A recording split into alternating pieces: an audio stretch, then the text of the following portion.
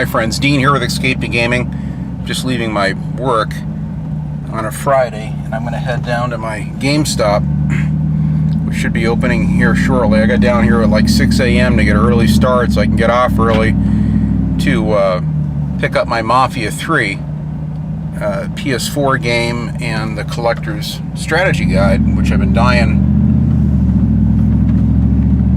to play. I don't know, it's been maybe a couple years that I've heard about the game. I know that the original studio had a problem with it after Mafia 2, and I think it was taken over by Studio 13 or Hangar 13, I think it's called. Looks like a brand new developer that was started from the ground up. And I don't have my camera mount, by the way. I'm trying to film this just by holding the camera. It's a kind of a new thing for me. The other camera was easier to hold than this one, but let's see how it turns out here. I'm driving around.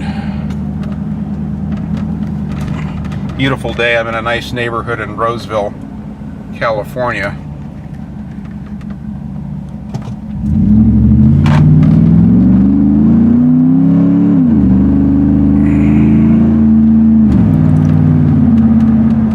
So anyway, I'm going to pick up Mafia 3. Thought I'd just talk for a little bit on the way there. Probably take me a few minutes to get there from here. A little bit of a drive. But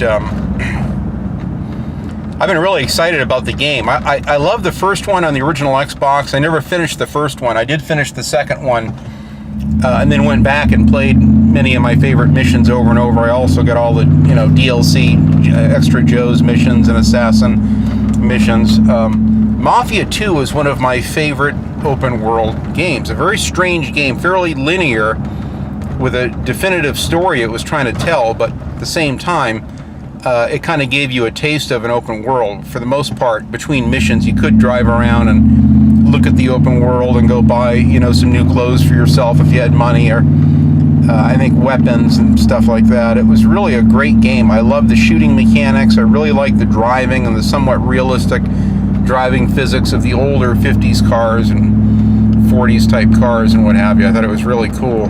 The first one was much better on the PC. It was kind of streamlined for the original Xbox, but even that one I love, and I'm looking forward to buying it again. I got to look for it again. I had it at one time when I had my first original Xbox, and I'm anxious to get it back. It's very dated to play the original one now, but it's still pretty cool. Oh, I got a bunch of crap on my truck rattling around in here.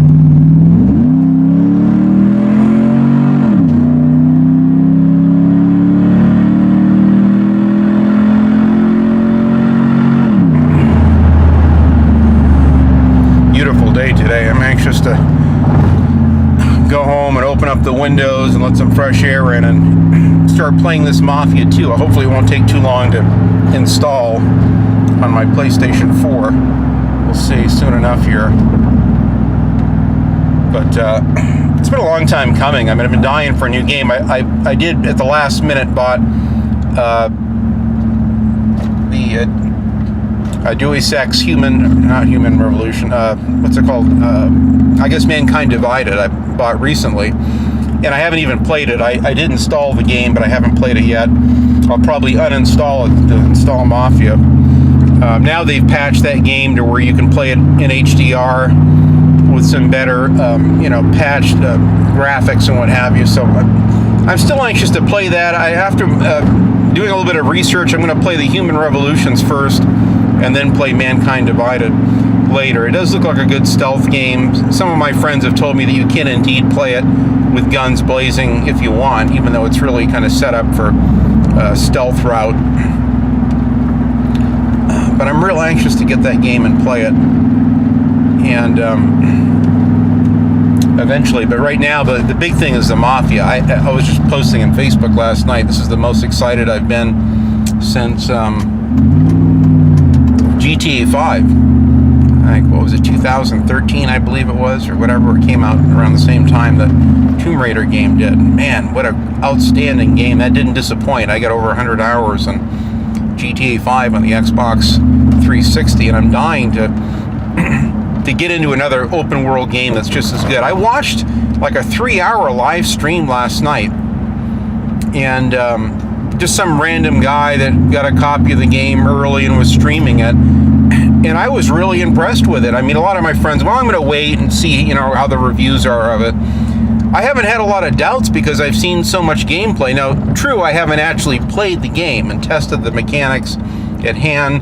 I haven't seen any strange jankiness. I mean, anytime you have an open world game, you're going to have things that get hung up in the environments and stuff like that. But everything I've seen of the gameplay so far has looked really good and solid. I haven't seen any problems with it. I love the cars. I mean, I'm a sucker for the 60s setting. That's one of the reasons why I liked XCOM, the Bureau Declassified, because of the 1962 type setting that the game actually had. And I think that this is going to be the same kind of a deal, but in 1968, so you're going to get all of that great 60s music. And what I really like is just looking, not so much the cars, but even the architecture, the houses, the buildings. They captured New Orleans back in that time period really well, in the affluent, upper middle class neighborhoods, as well as the slums. Lots of great restaurants, wonderful signs. I was a sign painter. I really love the detail they put into just the signage in the game. A lot of that stuff is wasted on your average person. Yeah, the game's all right. I was bored with it. They don't appreciate all the work that went into it. They don't appreciate how detailed and wonderful the open world is. So not only is it a relatively linear story-based driven game. Shit, let me try to squeeze over here.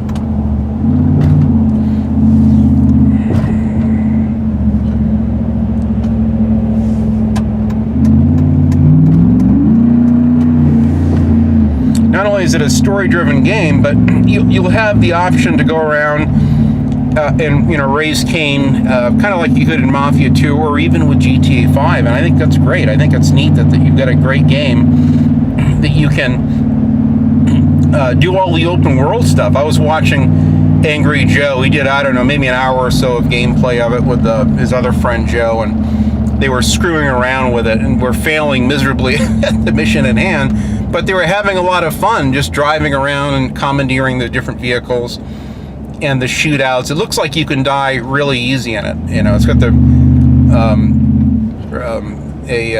regenerating health system, but it looks like it doesn't take a whole lot of bullets for you to get almost killed. So you have to really be careful and work at using cover. I saw quite a bit of the opening of the game, and enough to where I could kind of sense the mission structure and how it's set up. And what's cool is if you fail a mission, some of the missions, there's like when Angry Joe was doing it, you can actually see that it'll pick up in another area. I mean, it has like a random generated deal, so it's really neat that you're not going to just get bored playing the identical area over and over. It gives you different opportunities to try different locations. You got to try to find someone, interrogate him or scare him or whatever. So everything I've seen of the game so far looks good. I think it's going to be a great game. Sure, I could have problems with it like I had with Mad Max or whatever. I guess the PC guys are having some issues with the frame rate. It looks like it's locked at 30 frames a second. And of course, they're going ape shit because they like their 60 frames a second or 100 or whatever they can get, naturally.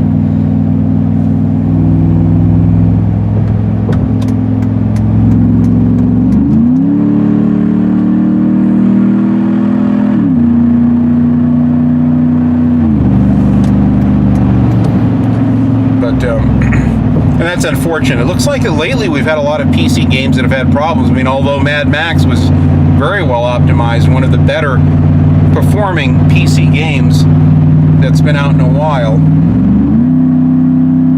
me get around these cars here.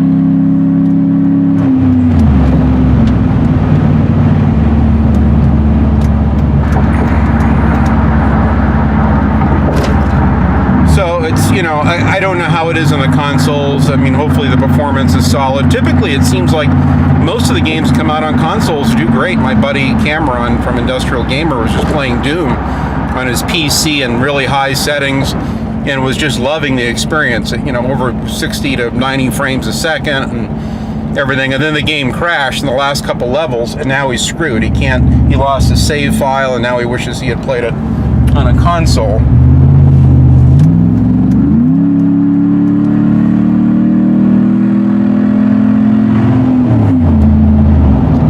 But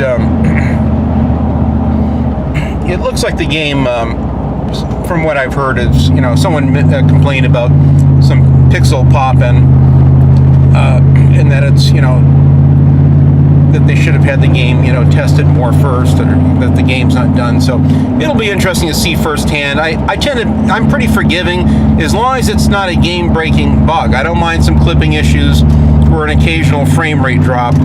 And I certainly don't mind 30 frames per second. With open world games, I think that's fine.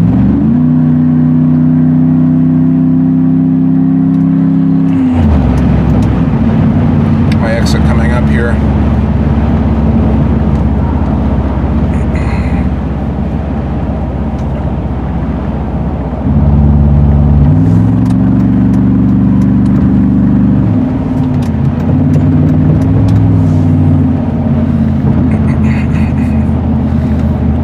Off the freeway to get on one of the main drags here in Sacramento. Just takes you north and south. Fortunately, we don't have any freeways that head south, so you've got to take the streets for quite a ways, but it's a nice drive. It's really pretty out this morning, and it's nice to be back to work. I finally have been swamped with work. In fact, I got to work tomorrow on Saturday at the same job, working around some other contractors that are doing stuff right now, and I got the upstairs pretty much handled, and I'm like, good, now I can, you know, wrap up and get up early and get home and play this game. I was afraid initially I'd be working till 5 tonight or something, so this is going to be really great. I'll have to work tomorrow, maybe a half a day, but I'm going to try to get right back on Mafia 2. I'm going to do my impressions of it fairly soon, like I typically do with games that I'm looking forward to. I don't do it with every game, but the games that I like to review, and I like to do impressions videos early on, so we'll see. Oh, that's right, I gotta jump over to the next lane here. This is tricky. I haven't been this way in a while. Coming from the far north end of town, I'm kind of going to the center of town to where my GameStop is. I'm gonna jump over. Here we go.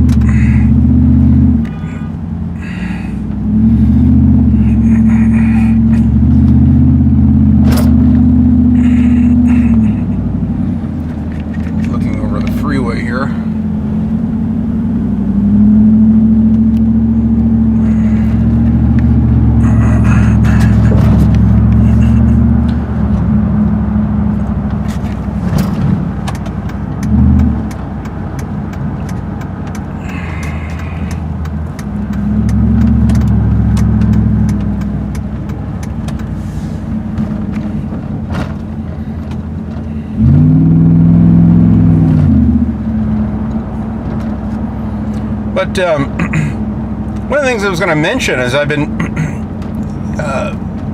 looking at a lot of videos lately in my spare time. Usually after work, I'll just put on YouTube. Too tired to play video games. I kind of overdid it with Mad Max, and I've had to take like a week off from playing it. I did play it twice last weekend, substantially, for like maybe 3 hours per day, which is really overdoing it. And I've been paying for it with severe back and neck pains. So I've purposely taken a break since last Sunday on Mad Max to kind of rest my back and neck up, so that I can really, you know, dive into Mafia 3. I've loved Mad Max. I mean, people are probably sick of seeing me post more videos on Facebook of my progress and what have you. It's a great game. I'm really enjoying it. Since they have that last patch, I haven't had any issues. A couple minor audio glitches, and I saw one frame rate drop in the last month or so that I've been playing it. But so far, it's been really good, and it's been performing well, so which is good. So, I mean, who knows when I'll ever finish it. I have my last save file, so I can go back and resume my 100 and some odd hours. I think I've got like 250, 60 hours in it now. Quite a bit on 4 different playthroughs. But so I've been saving up for this, Mafia game. But anyway, I've been, watching a lot of videos, and there's been a lot of drama on YouTube, a lot of just negativity and people whining and bitching about these new consoles and this, PlayStation PS4 Pro, and complaining about, that they're sick of these, mid console cycles, and that they feel obligated to buy, new tech and all this stuff. And I don't really see the issue with it. I think for those that have a 4K TV that are looking forward, for me, it's not so much the 4K, magic that they're trying to do with the upscaling and the checkerboarding and all that, as cool as that is. And I'm definitely looking forward to taking advantage of that with my 4K Samsung television. But I'm more interested in the HDR, to be honest. And this new Rise of the Tomb Raider coming out, I think they're going to have that, and will be in HDR too, maybe with some 4K, upscaling. I'm not sure. It looks really good. Mankind Divided, Deus Ex will have it, and pretty much a lot of the games from here on forward, the new NBA game and stuff like that. So I'm really excited about that. I think that's going to be great. And we'll just have to wait and see. I think as far as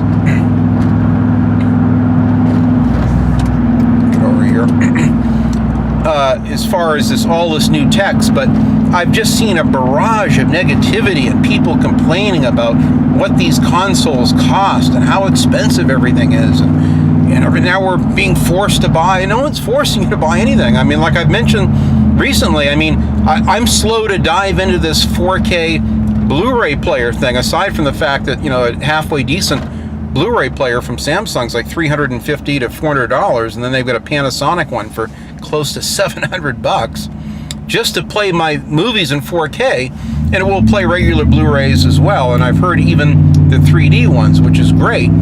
But I'm not real in a big hurry to rebuy my favorite Blu-rays at $32 to $35 each.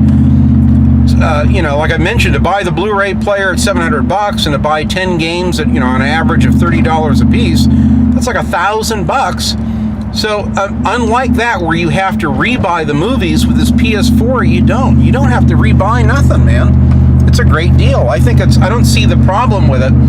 I think if people, and the beauty is that you're getting a much better, much more powerful console that's not just like the Xbox One S, it's slightly more powerful. It literally is double the power of the original launch PS4, but at the same cost at $399. It's an incredible deal. So I don't see anything bad about it at all. I think it's going to be really exciting for those that want that kind of the better performing deal. You can still get the original PS4 Slim if you want to save money and get it at $300, which is a hell of a deal. Even that, from what I've heard, operates a little bit better, cooler, and quieter than the launch PS4. So I don't know what I'm going to do with my other PS4 when I get the Pro. It may have to wait a while on the Pro. Work has been good lately, and I've got a lot of jobs that I'm securing, hopefully, for the next month or so here. So if work continues to do good, then maybe I could pick up this Pro. I don't know. I'm in such a huge financial hole that it's just going to be really tough. I've got to make my... I'm more interested, actually, on making my Angry Centaur Gaming my pledge. I'm behind right now on that. I want to try to make a bunch of pledges and get up to speed with that to honor my promise on that deal. And then if I can swing it, we'll see. Maybe I'll get the PS4. The only games I've got pre-ordered now are Mafia 3 and Rise of the Tomb Raider, and that's it. That's really all I can afford. I certainly want a lot of the games in 2017, like this Sniper Elite 4 and Sniper Ghost Warrior 3. We've got this wonderful Gran Turismo Sport coming out. Many of us are waiting for that. I've been dying for a good offline racing game to play for some time. And so there's probably 4 games that I'm interested in next year so far. A couple indie titles look really good too. Some of them are out now. I just got Lifeless Planet. I've still yet to play that. I'm dying to sit down and play that. I heard you can play it in a few hours, like 6 to 8 hours, which would be great. So that's one I want to just kind of chill, and kick back on the couch and play at my leisure. But right now, even if I get a handful of games, 4 to 6 good games, AAA games a year, and a few indies, I'm fine with that. I think that the direction gaming is going is great. People are bitching about the remasters as well. I don't see a problem with that at all. If you don't want the remasters, don't buy them. I'm not getting this new Modern Warfare. I don't want to have to buy the new Call of Duty just to get that, and then I guess you have to have the original disc, where I had played it on the Xbox 360. Now I got a PS4, so I don't know how that's going to work. So I'll probably skip that. Now down the road, if that becomes a digital thing on the PlayStation 4, it comes out on disc, I might get it. I wasn't a huge fan of all 3 of the Modern Warfare series games, but for those that want it, that's fine. That's the beauty of it, is that you can get them or you cannot get them. No one's forcing you at gunpoint to buy these games. It's really a great thing. People get so upset and they're whining about the prices of games and consoles. Games have never been cheaper. I'm thinking back to the 80s when I was paying $50 a game, which would be like paying about $140 to $150 today for a video game, if you can believe it. And people wouldn't sit still for that. So it's a miracle that games aren't $120 a piece or more nowadays with the technology, and because they're so complex, it takes these studios years to make these games. That's the price that we pay for the photorealism in these extremely complex games. Just to even have double the pixels and to do games in native 4K, you can imagine how big the file size is for the textures and what have you. This is something that a lot of us don't think about, is that we love to have, people complaining, oh, we don't see enough, there's not that much of a difference from last gen to this gen.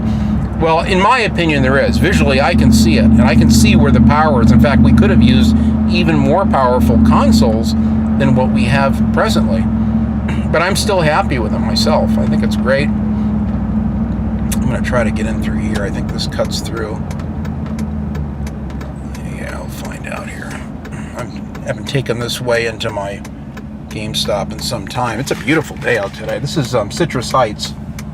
It's a really nice little area. I had a condominium with my wife not far from here when we first moved up here, and we loved it. It really was a great place to live. You're close to the mall. Everything's right here. So I still go to my old GameStop, which is still here. There's one real close to my house, but the parking sucks. My truck is like parking a limousine. It's super long.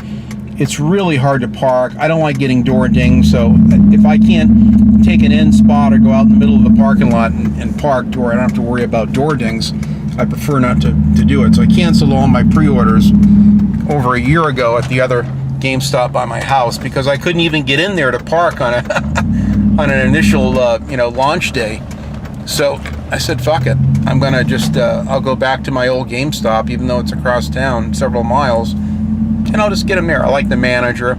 They've been cool as shit. They gave me those Mad Max, promotional 5-foot posters that hung down from the ceiling, and they're really good about giving me stuff. They've even taken games back I bought brand new, even though they have a policy where they don't return games. You can't return games once they've been open, but they'll do it sometimes for me. I don't abuse that, but every couple years I'll get a game that I really don't like, and I'll just say, look, dude, can I trade it in for something else? And sure, dude. Just don't tell anyone about it. So I've got a really cool manager here. I've known her for quite some time, and she's really good at kicking me down back issues of my Game Informer magazine when my mailman fucks up and doesn't deliver them, which happens often. But yeah, here we are. Oh, it's just open. Good. So it's 10 o'clock. GameStop just open. I'm going to park my truck and then I'll continue this little rant. I'm just so excited about getting this game. This is a big thing for me. I can't buy new games like I used to anymore. I've had to be very selective with games now, which kind of stinks, but it's just the way it is. And here we go. Nice little spot in the shade.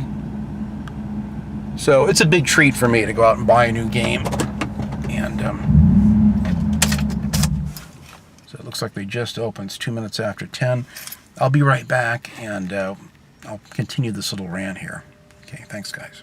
Hold on. So now I'm on my way. I just picked up chicken sandwich at Wendy's.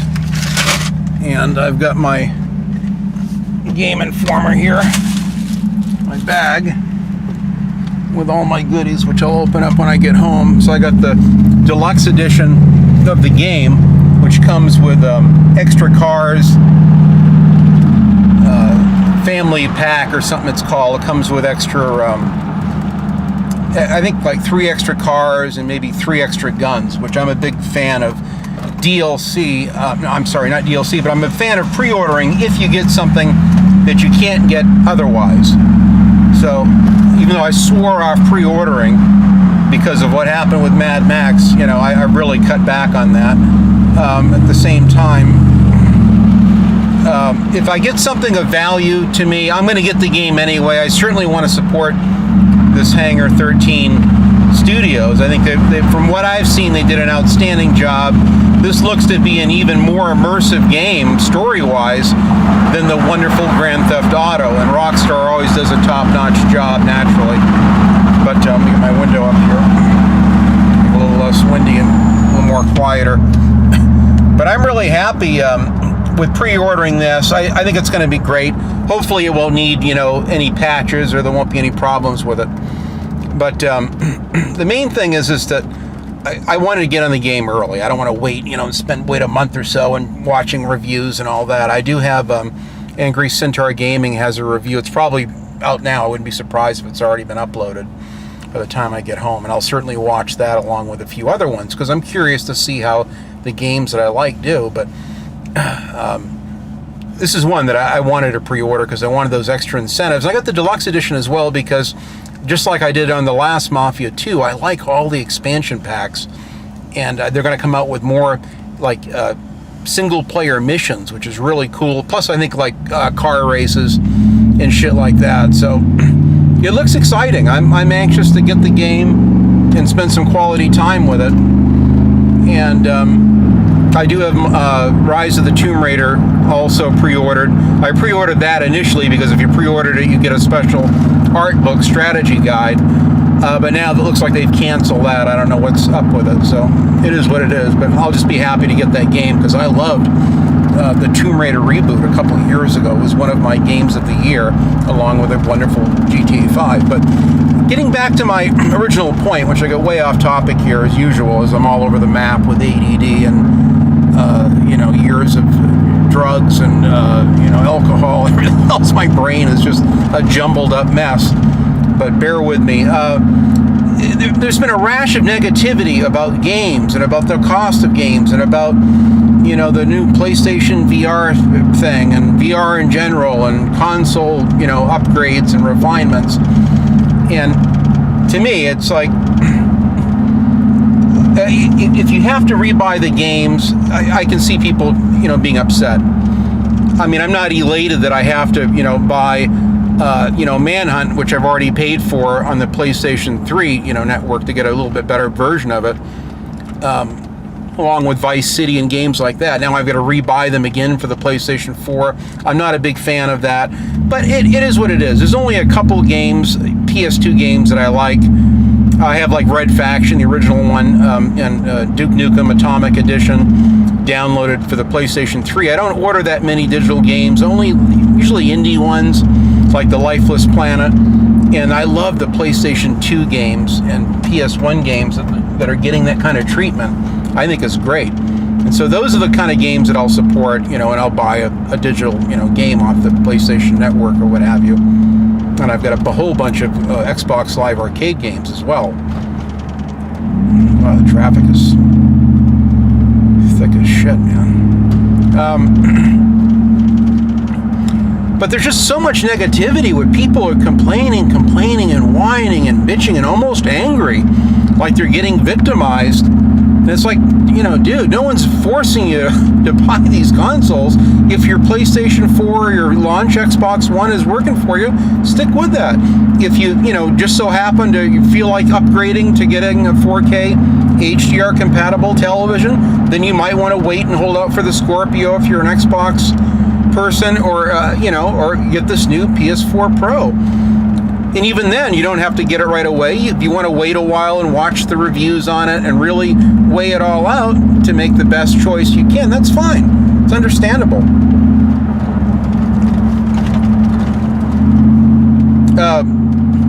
But there's just incessant whining and complaining. It's like everyone feels victimized. They're getting ripped off. Now, I'm not a big fan of, DLC and microtransactions. I like it if it makes sense. Like when they do it expansion packs, like on, the Game of the Year edition for, Fallout 3 or Fallout 4. And I got the Far Harbor DLC, and eventually I'd like to get that Nuketown DLC. I don't care about all the crafting crap, so that's what's nice is you can pick and choose the DLC you want. So I didn't deem, getting a season pass for Fallout 4 because I knew I wasn't into all that crafting stuff. But we have the freedom of choice. We didn't have that before with the old consoles. We really didn't, and we've never had it so good. Fuck, man. Clogged artery of traffic today.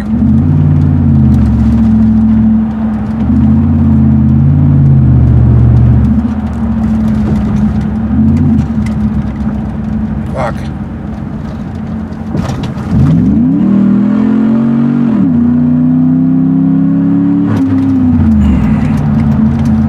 Almost home now. I'm back in my neck of the woods. So I've been watching, people's reactions to the new tech with the new VR thing, and especially with the PlayStation 4 Pro, and I'm just shocked at how much negativity, even by some of the PlayStation fanboys,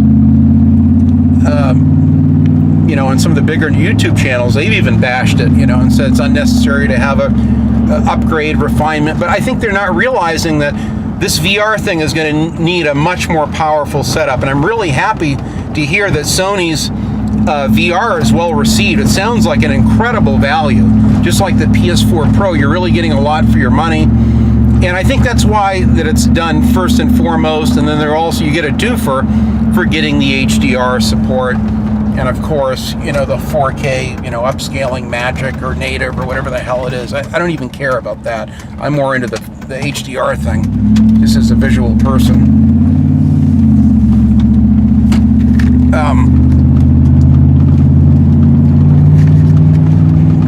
Neck of the woods here.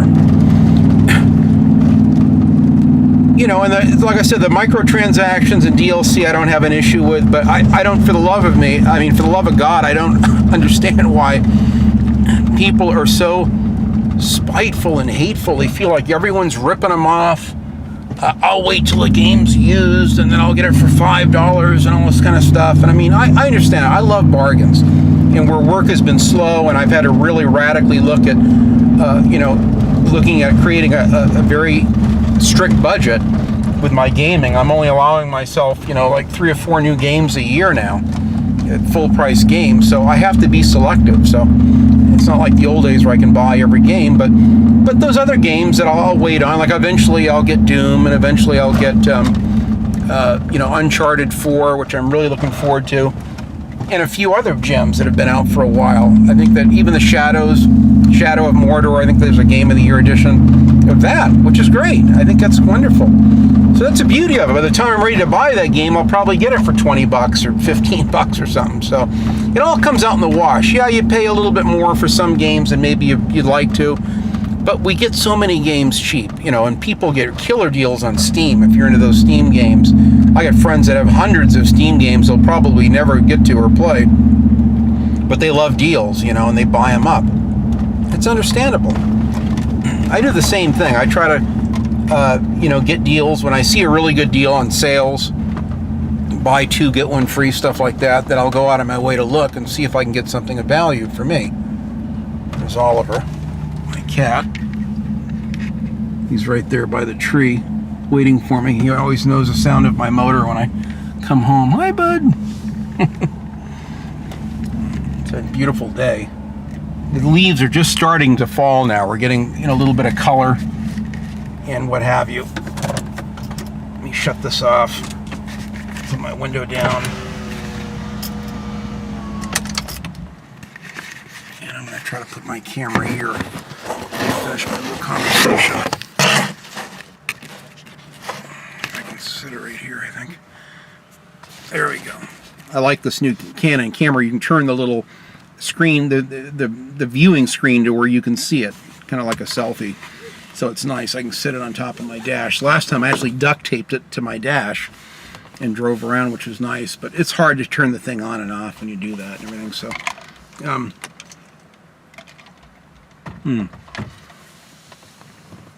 thirsty. I'll sit here and finish my little rant. But games have never been cheaper. You know, with the internet, we can research everything to death. We can see if we want a game, if a game's worth getting. You can research older games that you never even knew about back in the day. I mean, if I didn't see it at my mom and pop store, the store at my mall or whatever, it didn't exist. And then years later, it's like, wow, look at all these, Sega Genesis games. I've never even heard of these. Look at these wonderful. I thought I knew every Super NES game that was out, and I'm seeing that more than 50% of them I've never even heard of. That's because I didn't see them at my store. We didn't have the internet back then. So today, we are spoiled rotten. We live in the land of plenty. We have everything going for us today. We have wonderful technology like we've never had before. When I was a kid, I grew up with a 13-inch black and white TV most of my life. I remember my dad finally got like an RCA 19-inch color TV, and to me it was like just this huge television. It's amazing. And of course, you only got like 5 channels, and 3 of those didn't even come in very good. And so I kept dreaming of a day that we would have razor sharp pictures, that when we can watch movies, we can see them in good quality. I remember I had the early VCRs and RCA video disc in the early 80s, and the technology back then, that RCA video disc, I spent $5.99 for that thing. And the movies were $60 each. So that $600 would be like paying, and that's in the early 80s, that'd be like paying probably 3 or 4 times that today. Imagine spending $2,400 for a Blu-ray player or a DVD player. I mean, we wouldn't do it, but that's what it was back then. If you wanted it bad enough, you worked extra hard, and with inflation eating everything up, you would just spend the big money. I had a $1,250 NEC digital VCR I bought in 1987, same time I bought my Commodore 64, because I had the money at the time, and I was spending big bucks on technology. So I've always been an early adopter with TVs and TV technology and the component stereos and the early video disc and laser disc setups and all that. And those movies back then, even for video disc, were $60 to $80, $79, $99 per movie for a big video disc, which would be like paying, I mean, literally, that would be like paying, let's say a $60 movie back then, it would be like paying $180 today for a movie. Can you imagine going to get a Blu-ray and spending $170, $185 for a movie? So we've never had it so good. Technology is mass-produced. It's kept the prices down. So even though inflation has gone up with car insurance and the cost of new automobiles and homes and food and gas and everything else, technology itself has never been cheaper. And that's where it goes hand in hand with gaming. Gaming is the cheapest it's ever been. I've never seen the prices of games so cheap. And quite often you can get a brand new game. If you just wait a month or so, the game will plummet in price. It'll drop like $20 overnight in price, or more, depending on the game. If it's a real popular game and it's selling well, then they'll keep the price up there because they know people will pay it. So it works out. I mean, you pay a little bit more for one game, more than you'd like, and then another one you get cheaper, you get on sale. So it all evens out in the wash. You can't get too, wound up on it, but I have seen just so much outrage, like everyone's getting fucked and victimized on the prices of games and consoles, and we're getting screwed, Sony's screwing us and all that stuff, and I just don't see it that way. We are literally, this is like the Renaissance for gaming. Hi, Oliver. Hi, bud. There he is down here. How you doing, bud? Hi, Oliver. You see, I got a little collar for him now. Has his name and our address and everything inscribed on it. For the winter time, I have a little house I built him, and I put little heating blocks you put in the microwave and you put in there, keeps it nice and warm for him. So he's an outdoor cat, but I have to take care of him. But getting back to my rant, it just amazes me how we still, with everything we have going for us, every game you can research to death. You can grind out deals on eBay and Amazon and auctions and shop it out and get the best deal that fits the price for you, whether it's complete with the original manual and case, or it's just loose cartridges or disc or whatever.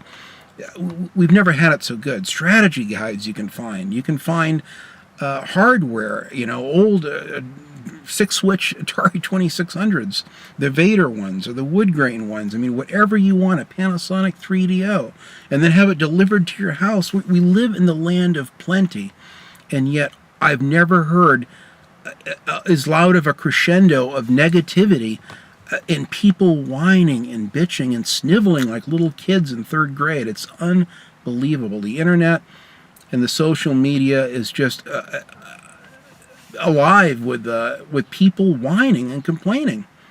We've never had it so good with game prices. We've never had it so good with console prices. Here I'm just telling you what it cost back in the early 83 to get a video disc player. I mean, that would be like paying a couple $1,000 today, and yet you can get a console that does 4K rendering for fucking $400 from Sony on this PlayStation 4 Pro. I mean, that's unbelievable. That's a great value. I mean, if you don't have the money, you can wait and probably get it used down the road cheaper, or who knows, maybe they'll have a price drop down the road on something like that. So, if you're a little patient and you're careful with your money, you can find the deals you want. You can trade too. I've had a lot of friends that are willing to trade games, and I've done that. I traded my Panzer Dragoon Orta. I wasn't really into it. I know it's a popular game. It looks really cool.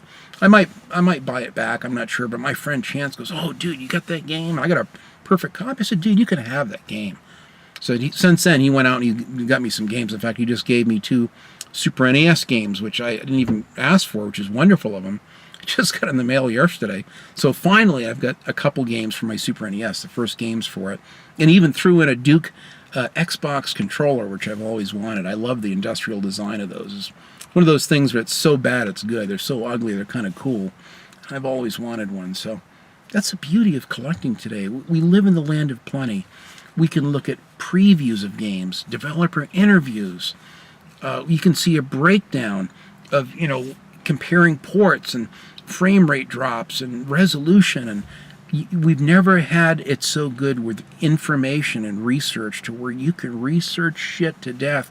In the old days, you took a chance with your hard-earned $50 Commodore 64 game at $50. Some of them you can get as cheap as 40. Some of them I would pay 80 to close to $100 for, and it cost what it cost. It'd be like paying 3 times that today, and yet the whining continues. Yeah, sometimes they hack up the game and then they sell it back to you in the form of DLC. I'm not a big fan of that. I'm all for DLC, but I don't like them to find out after the fact they've removed something and then you have to pay for it in additional. So I hear people with that. I certainly don't like the microtransactions. They try to squeeze in it with that Mankind Divided, where you can kind of cheat and get all these transactions along the way. They're doing it again with this Forza Horizon 3. Microtransactions, so you can instantly get double the XP money or whatever. I mean, the people that have the money that want to spend real money for that's fine, I guess. It doesn't, to me, I'm indifferent. It doesn't bother me because no one's forcing you to do it. You have the option to either buy the DLC or not buy. You have the option to buy the new game or wait and get it on sale at a discount later or on Steam or what have you. We've never had it so good. Used consoles are in so much abundance. You can get killer deals on a used Xbox 360 or PlayStation 3 or even a new one. But yet the whining continues. This is the renaissance. To me, it's the apogee of gaming. Everything that I dreamed of as a kid, when I was playing that early Atari 2600 and ColecoVision at my friends' homes, and I envisioned someday we'll have even better graphics and it'll be more realistic. And then I saw the Super NES graphics and Super Star Wars and how great little Luke looked, and the just the graphics and the Star Wars assets that were in that game was so exciting. And then to see the PlayStation console come out in 1995 with all the polygons and 3D worlds and 3D environments, I thought that was it. I said, we've reached the peak. Gaming certainly can't get any better than it is now. But yet, look at it today. Look how realistic. When I look at Duke Nukem Time to Kill on the in the late 90s, in 96 or 7 or whatever it came out, and I compare that to the Fallout 4 today, Or look at a game like Wasteland on this, Commodore 64, and then I play, Wasteland 2 Director's Cut on my PlayStation 4, and I'm looking at this incredible resolution and graphics and camera angles, and I mean, we literally are spoiled rotten. We don't know how good we have it. It's because we have a lot of younger generations that are in their 20s and 30s they've always seen these great graphics growing up with the PlayStation 1, and most of them, PlayStation 2, original Xbox. So to them, they've seen, a real development of graphics, but not as much as if, for someone like myself, an older gamer that grew up with watching Pong, and, even before, I remember before Pong and before the Atari 2600, we played board games. So to me, I mean, we've never had it so good. I just cannot believe in everything I dreamed of in my 20s as a young gamer, as a kid, when I got my Commodore 64 at 27 as an adult. 10 years on my own, I had to work and scrape and save to get that. And that was a very expensive system for me to buy. $600, I think, is what I paid for the first system, which would be like paying 3 times that today. Can you imagine? I mean, paying $1,800 for your first console or system, people wouldn't sit still for it. But they don't realize, if you were there early on and you spent the big bucks, where, a big portion of your paycheck went to buy one game at the end of the week, and that cost a lot of money, and you took a chance. It was like rolling the dice, and 40% of the time, the game would usually be something that it's not what I thought it was going to be. I would learn to like it. I kind of grew in it. Sometimes you'd find one that, wow, this is awesome, and right away you enjoyed it, but that wasn't very often. That was maybe 30% of the time, but most of the time, the games were, well, I thought it was going to be more of this or that, and, well, I'll make the best of it. And you had fun with it. Sometimes I'd play the game all the way through. Sometimes I wouldn't. There was no eBay to sell them on. You were stuck with it.